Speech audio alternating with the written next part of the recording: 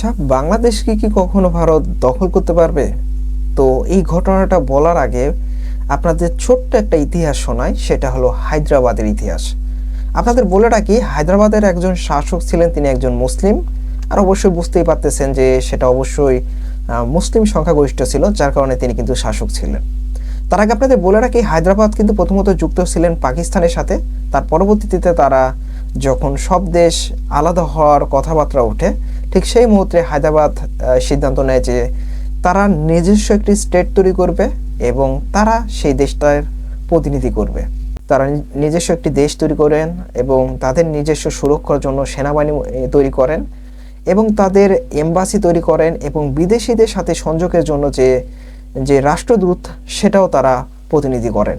আর সেই রাষ্ট্রদূত কিন্তু সে দেশের রাষ্ট্রদূত বিভিন্ন দেশেও পর্যন্ত তারা রেখে তাদের কার্যক্রমগুলো কিন্তু তারা চালিয়ে গিয়েছেন। কিন্তু ভারতের একটি উদ্দেশ্য ছিল কিন্তু সম্পূর্ণ আলাদা। তারা সবসময় চাইতো হায়দ্রাবাদকে তাদের নিজস্ব দেশের সাথে অন্তর্ভুক্ত করতে।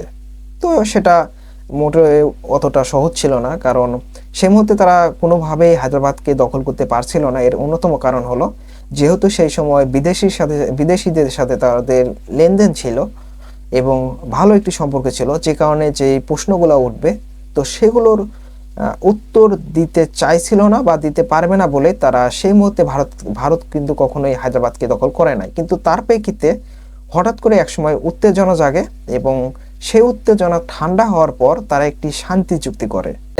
ভারত তারা বলে দেয় যে আমাদের সেনা সৈন্য যারা রয়েছে তারা হায়দ্রাবাদকে আক্রমণ করবে না, আর এর প্রেক্ষিতে হায়দ্রাবাদে যেগুলো সৈন্য রয়েছে তারা ভারতকে আক্রমণ করতে পারবে না। তো এটা ছিল প্রথম চুক্তি। তারপরে ছিল যে হায়দ্রাবাদ পাকিস্তানের সাথে কোনো রকম সম্পর্ক রাখা যাবে না বা পাকিস্তানের সাথে হায়দ্রাবাদকে যুক্ত করা যাবে না। দ্বিতীয় চুক্তি ছিল এটা। তারপর আরও একটি কথা বলে, সেটা হলো আবার এক বছর পর্যন্ত তারা কোনো রকম সৈন্য সমাবেশ বৃদ্ধি করতে পারবে না বা নিজস্ব সৈন্য থেকে শুরু করে সামরিক শক্তি কোনো দিকেই বৃদ্ধি করা যাবে না। হয়তোবা এই সিদ্ধান্তটাই ছিল হায়দ্রাবাদের জন্য সবচাইতে ভয়ানক সিদ্ধান্ত, যে তারা সৈন্য সমাবেশ বড় করতে পারবে না। তো এই চুক্তিতে কিন্তু তারা রাজি হয়ে যায়। কিন্তু উল্টা ভারত কি করে, তারা নিজেরা সেনাবাহিনী অত্যন্ত সমৃদ্ধ করে এবং তার ফলাফল হায়দ্রাবাদকে কিন্তু তারা দখল করে নেয়। তার আগে কি ঘটেছে আপনাদের বলি। ঠিক দখল করার আগে হায়দ্রাবাদের ভেতর হিন্দু এবং মুসলিমদের মধ্যে একটি বিভাজন তৈরি হয়। সেখানে প্রচণ্ড উত্তেজনা সৃষ্টি হয়।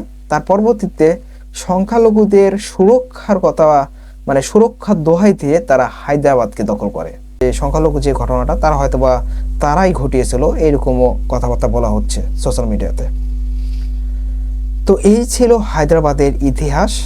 মূলত সেখানে হিন্দু মুসলিম একটি দাঙ্গা বাঁধানোর পর তারপর তারা দাবি করে যে সেখানে সংখ্যালঘুরা নিরাপত্তাহীনতায় ভুগতেছে, যার কারণে তারা হামলা করে মাত্র 5 দিনের ভেতর হায়দ্রাবাদকে দখল করে নেয়।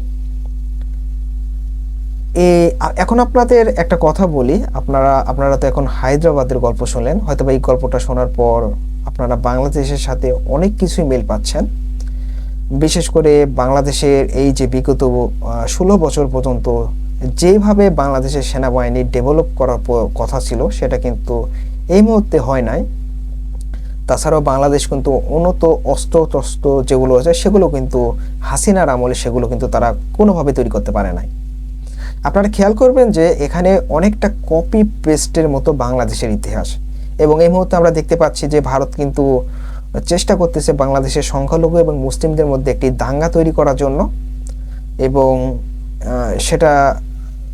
সেই দাঙ্গার মাধ্যমে বাংলাদেশকে আক্রমণ করা বা বাংলাদেশকে ঠিক হায়দ্রাবাদ স্টাইলে আক্রমণ করার একটি পূর্ণাঙ্গ একটি নকশা তারা কিন্তু এই মুহূর্তে তৈরি করে নিয়ে আসে। আপনাদের বলে রাখি, আপনারা এই মুহূর্তে ইন্ডিয়ার যেগুলো নিউজ চ্যানেল দেখতেছেন সেগুলো দেখলে আপনারা বুঝতে পারবেন যে সেখানে বাংলাদেশ নিয়ে এতটা নোংরা পরিকল্পনা এবং এতটা নোংরা কথাবার্তা যেগুলো বাংলাদেশে ঘটতেছেও না, সেগুলো নিয়ে তারা কিন্তু তাদের যে নিউজ চ্যানেল তারা কিন্তু ব্রডকাস্ট করেই যাচ্ছে। ঠিক একই ঘটনা ঘটিয়েছিল সেই সময় হায়দ্রাবাদের ঘটনাকেও কেন্দ্র করে। সেই সময় তাদের পুরো ইন্ডিয়ার মানুষকে রীতিমতো খেপিয়ে তুলেছিল তারা, যে তাদের সেখানে সংখ্যালঘু নিরাপদ না।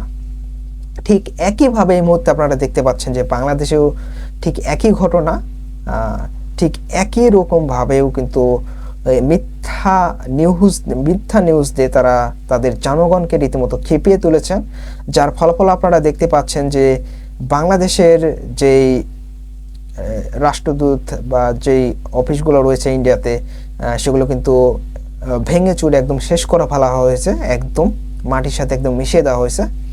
তো আপনারা দেখতে পাচ্ছেন যে ঠিক একই স্টাইলে কিন্তু বাংলাদেশে একটা আক্রমণের একটা নীল নকশা এই মুহূর্তে তৈরি করেছে।